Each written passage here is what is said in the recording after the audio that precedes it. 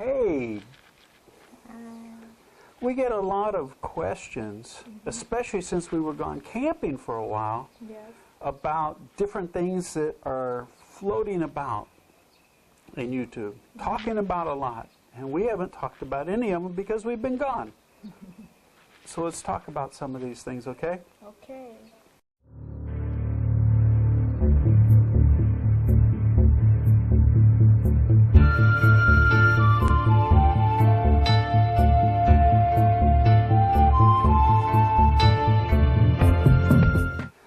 So if you're familiar with my channel, you know my channel is about trying to help rippers, retirees, to retire in paradise and become a ripper, a retiree in paradise. And to do that, I try and give as much information as I can, or my opinions about things that are in the news, but also show you what our life is like here and what my life is like here as an example of an option, and that's it. And when I talk about things like that are in the news or anything else, about Thailand, about people or anything, it doesn't matter, about nutrition, it can be anything. It's my opinion. And I try and ask Nat's opinion about some of these things so that we can get a Thai person's perspective. So before I start, are you listening? These are my opinions. If your mileage varies, that's okay. If you see Thailand or anything differently, that's okay. I'm not here to debate any of this stuff or try and prove my point. This is my perspective. So today we're going to talk about visas, which has been in the news a lot. Prices, somebody said, you need to, what did he say? Pine in on visas, prices, air quality, and increasing number of tourists. So guess what we're going to talk about today? Visas, prices, air quality, and increasing number of tourists to Thailand. So we'll talk about visas first of all because that's the big one that's been in the news. Now before I start, I'm going to tell you, these are the facts. Because you know, you see me talking to members and a lot of people about this information. First, let's start with the facts, and then I'll give you my opinions about the changes. The facts are, if you look at the regulations for staying in Thailand, there's written regulations, police orders, and they talk about everything. Any kind of visa, business visas. If you're coming to take care of a family member that you support, anything like that. And included in that is marriage, to get a visa to come to Thailand regarding being married to a Thai person, and retirement. The new head of immigration, Big Joe, came out and made some changes because, and you all know this, because they wanted the British Embassy, I think the Australian Embassy, and the U.S. Embassy to verify income that people were swearing to on an affidavit. And the embassy said, no, we don't do that. We just basically notarize that the person is who they say they are. And that's it. And so when they said, well, you need to verify this if we're going to accept the document, they said, no, we won't do that. So they just stopped issuing the affidavits. Okay. So Thai immigration loved the affidavits because they just looked at the paper, it had a number on it, they converted it to Thai baht, and they were good to go. So when there was no more affidavit, the immigration has to figure out a way to verify income. And I don't think they've done a good job of that yet, but I have a feeling all this is going to be changing and dynamic over the next year or so because it had been the way it was for as long as I've been here, almost 20 years. So this is a change, and they're going to work through the changes, and they're going to get a lot of feedback, some positive, some negative, regarding changes. So they rewrote the verification rule, the law, for the verification of income. Let me say that again. They rewrote the law for the verification of income for retirement. Nothing changed for the marriage. If you're married to a Thai person, you're going to get a marriage visa. Don't even listen to this. Nothing changed. What got changed was the written law regarding verification of income. So how did it change? Well, before you could use an affidavit. Or you could just show income of a certain amount of money, 800,000 or 65,000 baht a month coming into Thailand, actually coming in as a pension or Social Security or any kind of income. Didn't matter. Didn't even have to be coming into Thailand. Didn't have to come from a pension or Social Security. So they said, okay, this is the deal. We want the money coming in, 65,000, to be shown coming into a Thai bank for 12 months. Okay? And we want the 800,000 to be in there initially before you get your first extension. Now, this all has to do with Thailand, getting an extension on a non-immigrant visa for the purpose of retirement in Thailand. If you choose to get an O-A visa for retirement in your home country, this doesn't apply to you. Okay? So the 65,000 a month. It's got to be coming in for 12 months. And they want to see that. Coming in from abroad. And they say from a pension, Social Security, something like that. Now that part, I don't think they're going to be able to enforce. I don't think they're going to be able to figure out all the paperwork and everything. I think they're just going to want to see it coming in from abroad for a period of 12 months. And they'll be good. Now, it remains to be seen whether it has to be 65,000 a month or over the period of 1 year, it equals out to 800,000 baht. Right now they're saying 65,000 every month. We'll see. Maybe it can be 35 one and then double the next, whatever. Okay? But for right now, 65,000 a month for a period of 1 year. Okay. Done deal. That's the change. Now, having to do with the 800,000 baht in a Thai bank, to qualify for the 800,000, if you're going to have it all in the bank, it needs to be there initially before your first extension, 2 months before you apply. Make sure it's in 2 months before you apply. Subsequent renewals of your extension, the money has to be in the Thai bank for 3 months before you apply. Okay? Kajamai? Understand? No. Okay. You understand? It's not that difficult to understand, right? Now, after you get your extension, they give you the stamp in your passport and you walk out of there. Can you take the money out of your account? You used to be able to. Not anymore. You have to leave the money in the account for another 3 months. People, what? Why? The reason why is because agents or people were giving people the 800,000, they went and got their visa, and then they gave the money back, and it was a done deal. They didn't have the money. So they say, okay, we'll put an end to that. We'll just make them keep it in a Thai bank account for another 3 months. So 800,000 baht needs to be in there 3 months before, 3 months after. Now, the rest of the year, can you take the money out? You used to be able to. Can you now? No. Why? Because people were just taking the money out. So why do they want to change that? I don't know. You'd have to ask Big Joe. You have to leave at least 400,000 baht in all year. Can't drop below 400,000. Now, do I have any issues with that? Yes and no. I don't think it's a problem, but I do have questions about it. The reason I have questions, I put in the 800,000, leave it, don't worry about it. Done deal. But there's some people that want to pay bills or go invest the money or something else. They want to take the money out. And the funny thing about this is, at some immigration offices, people would do what I do, put the money and don't touch it. And immigration would say, well, what are you living off of? How come you don't use any of this money? Where are you getting the money to live off of? And they were questioning them because it didn't change. Now they're saying, how much money do you need to live in Thailand as a retiree? 800,000 baht over a period of a year. But don't use it. It doesn't make a lot of sense. And this is why I say I think a lot of this stuff's going to change and it's going to be a little bit more dynamic over a period of time because some of it doesn't make sense. Now, that's the 800,000. 3 months before, 3 months after. Don't let it drop below 400,000 the rest of the year. If you have the money coming in as an income, make sure it's $65,000 over a period of 12 months. How about the combination of the two?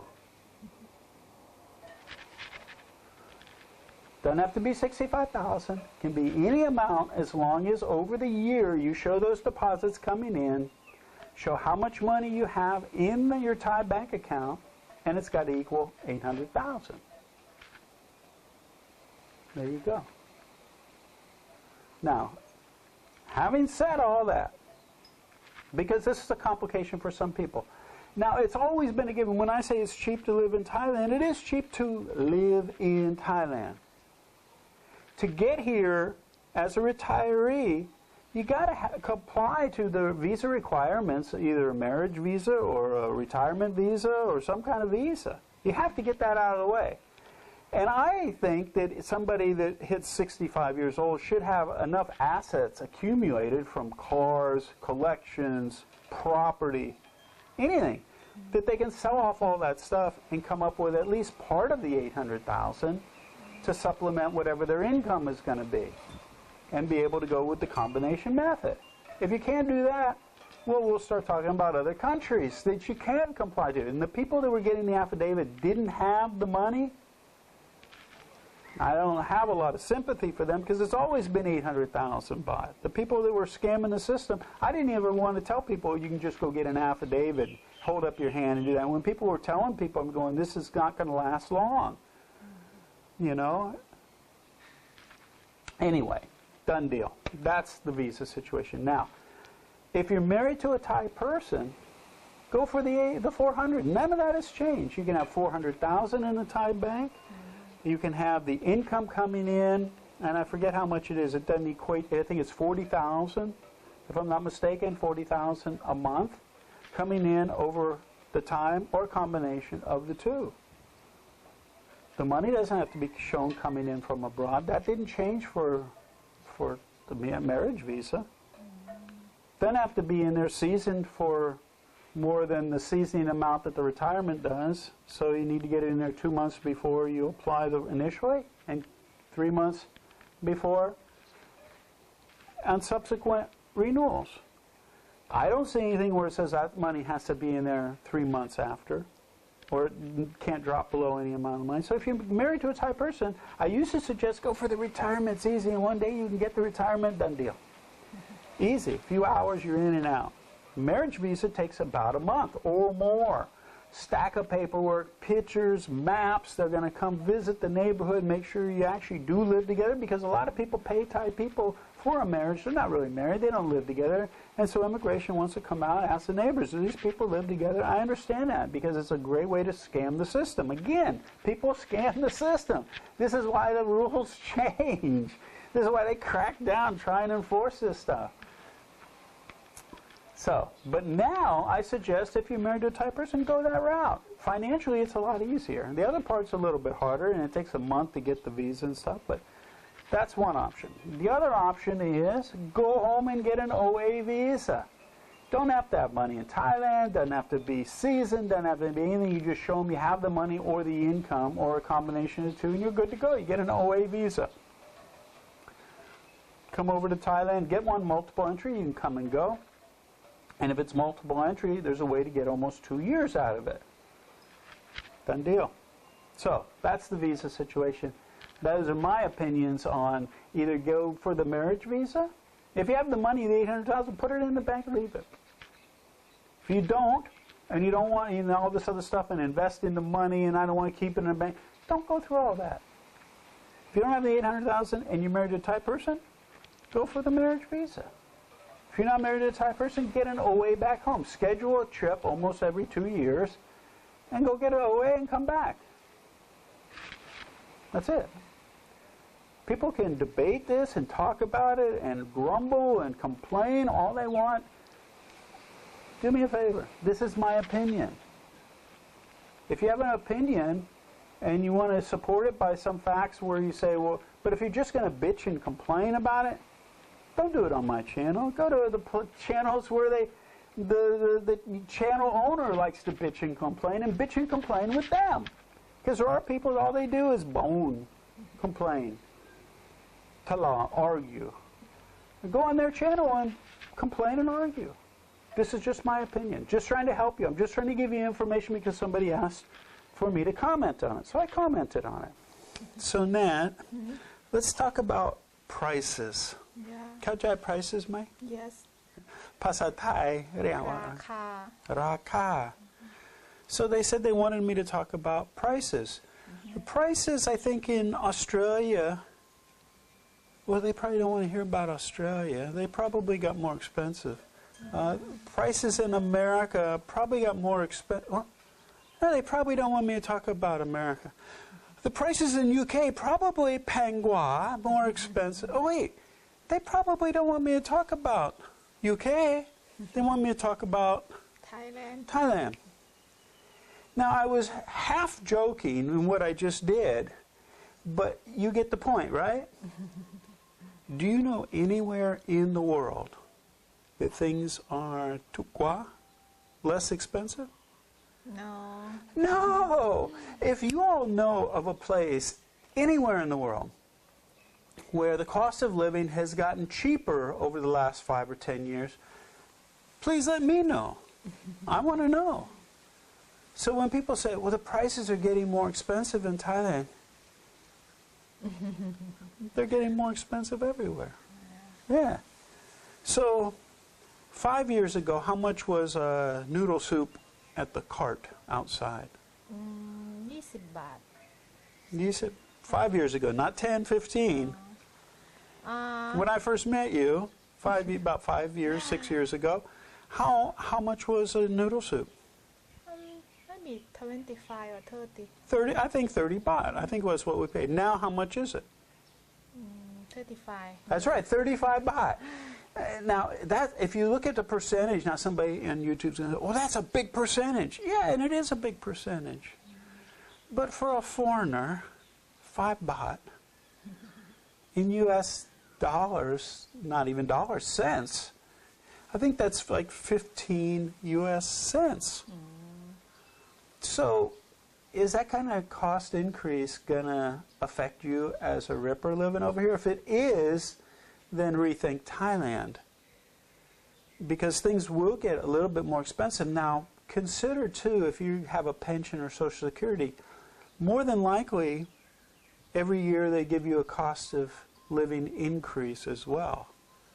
So the money you're getting is increasing, probably covering more than the 5 baht increase of the food. Now, when people told me, oh, to find a house now or apartment is more expensive. How much did Jack and Bruce, how much do they pay for their room now? That's a 1-bedroom with a living room area and a kitchen and a carport, Wi-Fi. 6,000. 6,000 baht. That's, I could convert it, but I'm going to tell you that's like $80 a month or something. So maybe it used to be $150 a month. Now it's $100. Is that going to break you? Now, for a Thai person, this is substantial. But also keep in mind, Thai people, every day, the average people work in the factories and everywhere. How much do they make a day now? 300. Yeah, it's 300 and something baht, which is the equivalent of about $10 US. So when you say that things are going to go up in price and they're going to become more expensive, they are. But keep in mind, it depends on how you live if it's going to affect you as a foreigner living in Thailand. And I say that because if you live as an average Thai person, it's not going to affect you that much. It can't, because they can't raise it up where these people, the average people, aren't going to be able to eat, get a room, or do anything, afford fuel. That's not going to happen. Now, having said all that, when I first came over, I couldn't, there was dial-up internet. It was expensive to use the internet. You couldn't buy any foreign food like from America. It was, and then all of a sudden there came Top Supermarket, which was a Thai supermarket, grocery store. They started to add some farang foods. I was like, wow, that's great. Now we have stores like Rimping in Chiang Mai, Gourmet Market, Villa Market. Oh, there's so many chains now that are supplying all these foreign foods. Not just for foreigners, although there are a lot of foreigners buying in those stores, but also for the middle class Thai people. It's exploding middle class for the last 10 years here. And so the Thai people now, they want to live like Farang. So condominiums are more plentiful. Houses are more plentiful. Cars are more on the road than ever before and increasing constantly. Thailand has changed because of the exploding middle class and the money pouring into Thailand through tourism. That's boomed. So all this has increased not only the cost of living in Thailand, it also has affected the living conditions for people in Thailand.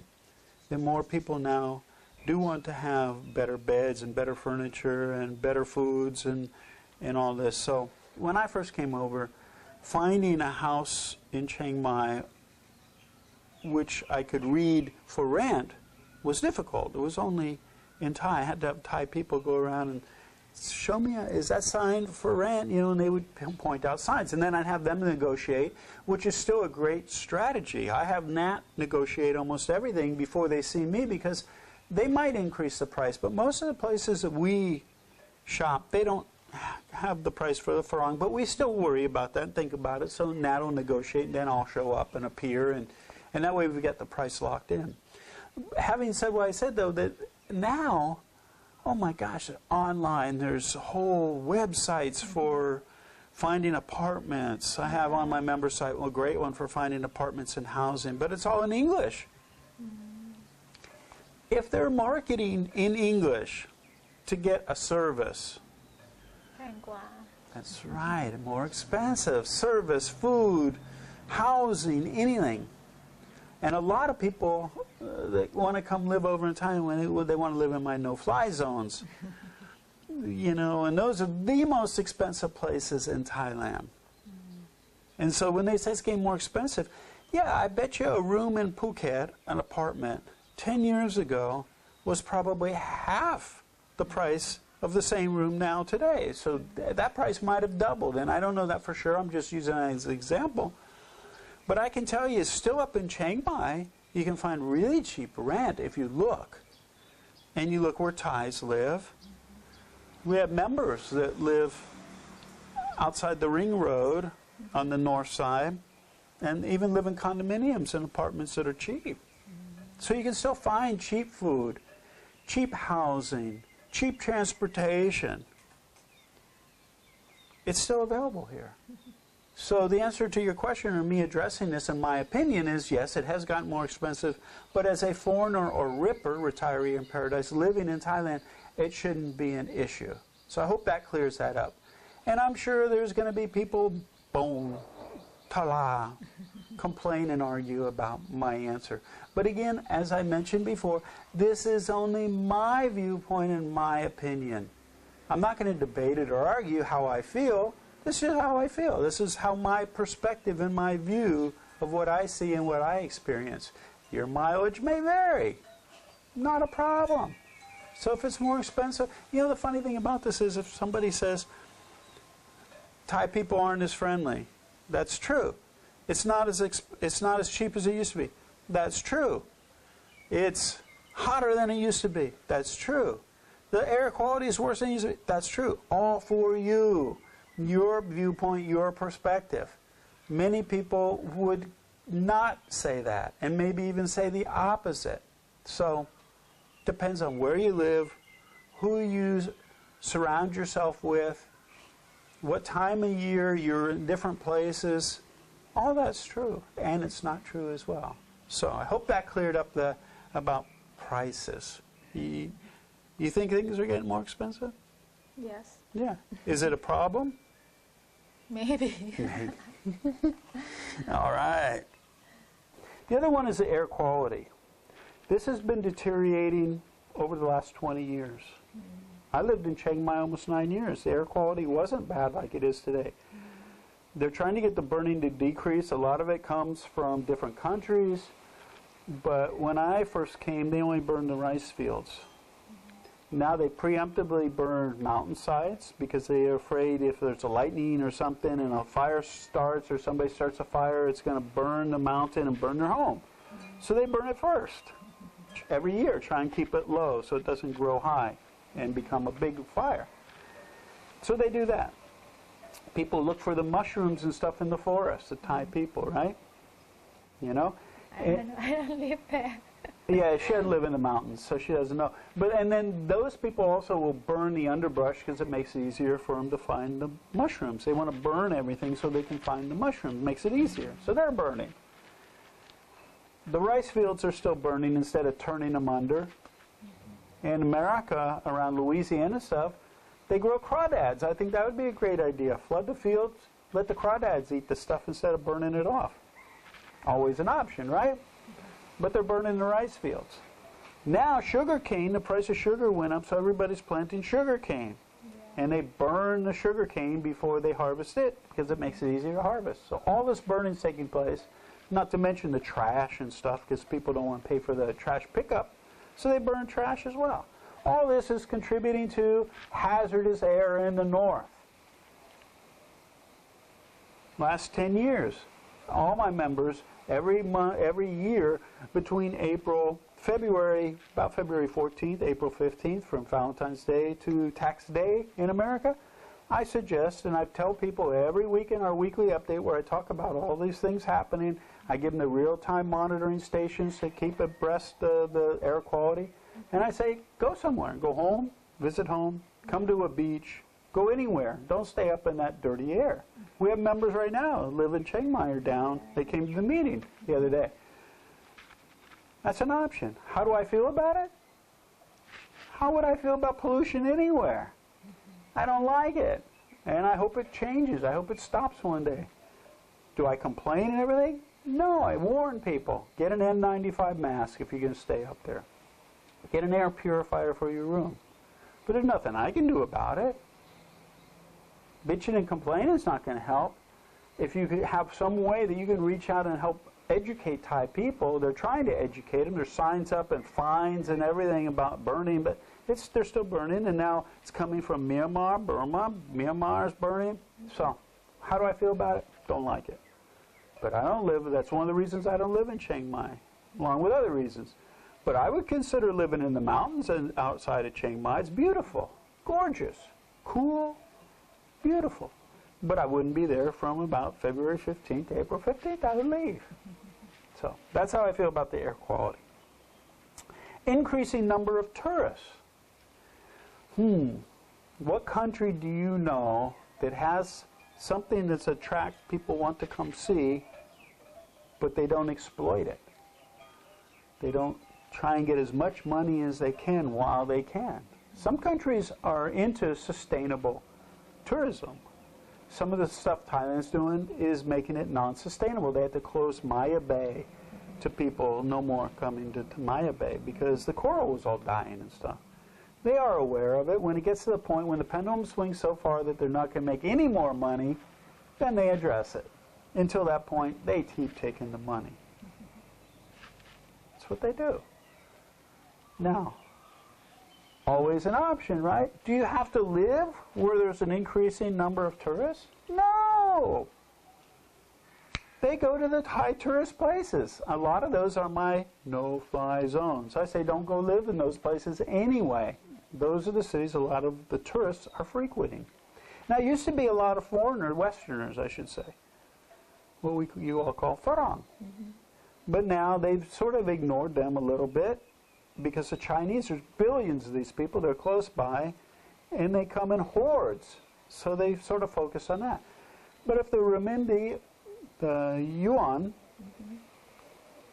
takes a big hit, they're going to be sucking air, which they were a few months ago. They were saying, oh, the Chinese aren't coming this year. Oh, that's up to them. That's their policies. That's their focus and where they move towards their tourism industry. It has nothing to do with me. I don't go live in places where it's crawling with tourists. I don't like it. And I don't go to beaches where it's crawling with tourists. And even in Cham on holidays and weekends, it's crawling with Thai tourists. We don't go to the beach. You have options. You have choices. Sitting and complaining about this stuff doesn't change it. They can do whatever they want. It's their country. I could sit here and complain and argue and stuff about America and choices that they make. Doesn't change it. Thailand does what they do. I'm a guest in this country.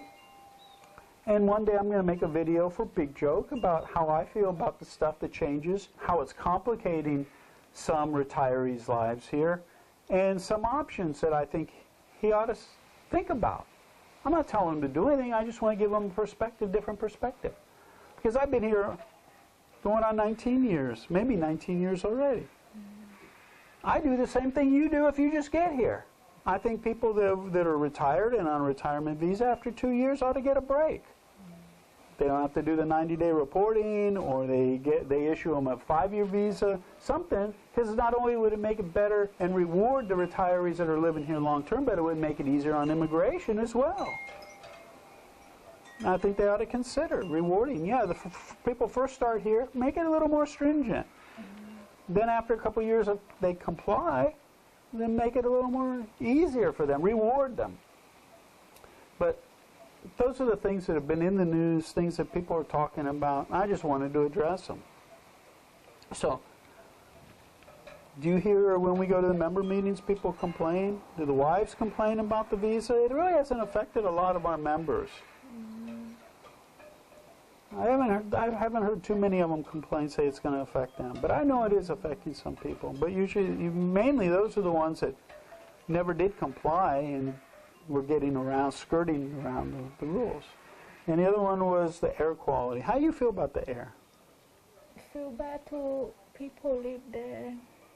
Yeah, I don't know why people not take care to have a good air. Why everybody want to burn. But they work for do that. If don't work to do that, got no money. Yeah, that brings this up to me a lot. And this is about stepping into the shoes. I say put the shoes on of somebody else, you know. We went around and around about this, about short-term room rentals here, where buildings that are supposed to be only long-term rentals are renting by the day. And it's illegal. But nobody really does anything about it. And I say, it's not fair. Not fair for the owners and stuff. And that brings up the point that the people that are renting the rooms, the touts and stuff, all these people, they're scraping by to make a living here. They don't have a lot of options. And so they do what they can. Now, is it right or wrong? Well, depends on who you are and who you ask. To them, it's okay, it's right. To somebody else, it'll be wrong. But laws are laws, and I think they should be followed. But in some countries, they're more flexible than in others. And that's one of the reasons I live in Thailand, because laws are more flexible here. It's a double-edged sword. People don't abide by the traffic laws, and it's the most dangerous, deadly place in the world for driving or being on the road. So there should be a balance, you know, and I think the balance is skewed. Like I said, the pendulum is swung all the way where now Thailand has to address it, because when they're the most dangerous place in the world for traffic fatalities, highest in the world, they have to address it. As the air quality gets being hazardous and unhealthy, they have to address it. When tourism becomes unsustainable and they're killing the reason when people are coming to pay money, and they're destroying that, killing the goose that laid the golden egg, they have to address it. Human nature. That's the whole thing about separating intention from behavior. You might not agree with behaviors, but think about what the intention is and see if you can understand why they do what they do. And then you can come at them in a little bit different way of communicating or helping them to make a change in a positive way or something. And it's funny. Some people on YouTube, they come on and in the comments and stuff, and they attack people from their point of view. And I understand they have a point of view and they want to get it across, and maybe the intention is good, maybe it's just to be a pain in the ass, I don't know. But I don't know who taught them how to try to influence other people. It doesn't make sense to me. You want somebody to listen to you and understand how you feel and stuff. You don't insult them first, you don't say something bad about them, and then think they're going to listen or appreciate your view. That's Doesn't make any sense to me, and a lot of people do that. They're not nice people, and they come across as not being nice, and nobody wants to pay attention to their opinions and thoughts. So, anyway, I just wanted to get this video made and get it up to y'all because we did do a lot of camping videos. We haven't addressed some of these things, but just because I wasn't addressing them, it wasn't because I wasn't aware of them. And I always read all the comments, so I am aware of the comments. But I was waiting for the dust to settle, the mud to settle, to see where it would settle out at. And I think it's still going to settle out. I think there's still going to be changes. But now it has gone into effect the beginning of March, and it hasn't changed.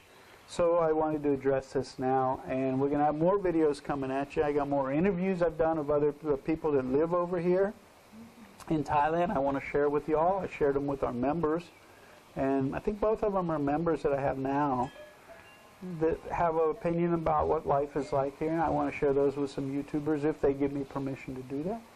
And we got more videos coming at you, all sorts of stuff. A lot of changes and things we're thinking about as well. So we'll keep you all updated and informed. Oh, there goes the noise. Yeah, they should have put on the list, how do you feel about the noise in Thailand? Because I'm always saying it's always noisy here. And it is. And when I complained about the noise when we were camping, it was because of the contrast of going from where it's noisy in the city, where it's noisy all the time, just like the noise started up here. Noisy all the time. But when I go camping and you get in the mountains, and all of a sudden you get quiet. And then all of a sudden the dog starts barking continuously, or the neighbors start turning on the music and stuff. It's a big contrast. That's when it jumps out at me and I go, I came to get away from it. I'm in noise all the time.